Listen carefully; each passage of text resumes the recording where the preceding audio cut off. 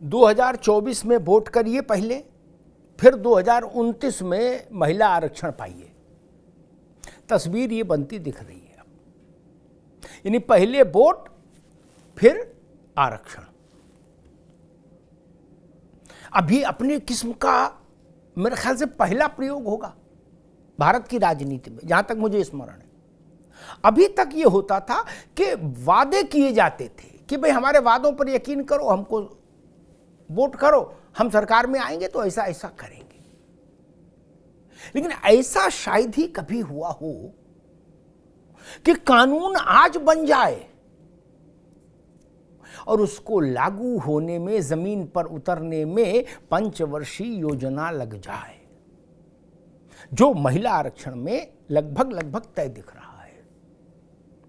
अभी तक ऐसा कोई केस मेरे स्मरण में नहीं आता। इसलिए मैंने कहा ये टेस्ट केस है भारत के मतदाता के लिए, राजनीतिक दलों के लिए, सत्तारूढ़ दल के लिए, विपक्ष के लिए। बहुत कुछ साफ हो जाएगा 24 के चुनाव में। क्या देश की आधी आबादी इस कानून के बन जाने से आह्लादित होकर एनडीए के पीछे खड़ी हो जाएगी, या देश की आधी आबादी को विपक्ष का वो स्वर समझ में आएगा कि देना था तो 24 से पहले ही दे देते, 29 तक इंतजार क्यों?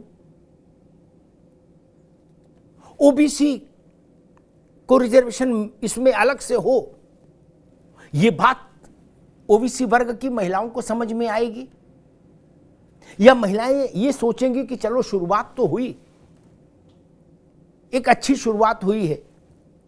ये सब चीजें कसौटी पर कस जाएंगी 24 के चुनाव में। 29 बहुत दूर है।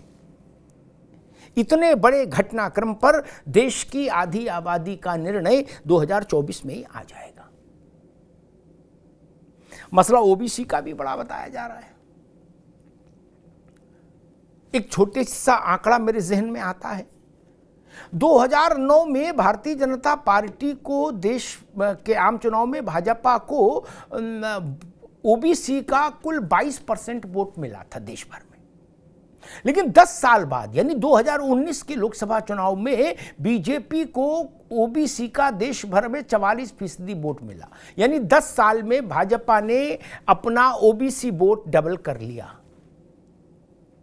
रीजनल पार्टीज जिसमें सपा, जनता दल, आरजेडी जैसी पार्टियां जो ओबीसी डोमिनेटेड पार्टियां, उन पार्टियों, सारे देश भर की रीजनल पार्टियों को 2009 में 42% वोट मिला था ओबीसी का, सोचिए।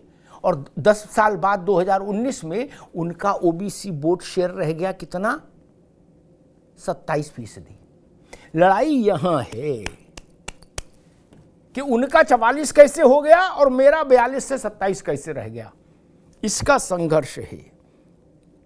यह संघर्ष 24 में जनता किस रूप में इसको देखती है, क्योंकि अंतिम अदालत लोकशाही में, जनतंत्र में जनता है। उसके इजलास में मुकदमा जाने वाला है अब कुछ महीनों के भीतर।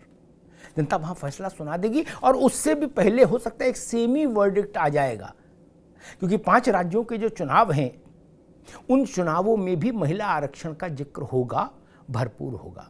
तो वहाँ की आधी आबादी भी इस पर कुछ चिंतन करेगी और अपना निर्णय सुनाएगी। तो आज शाम 5 बजे रहिए मेरे साथ, इसी को समझने की कोशिश करेंगे कि 24 में वोट और 29 में आरक्षण, ये खेल क्या है। धन्यवाद।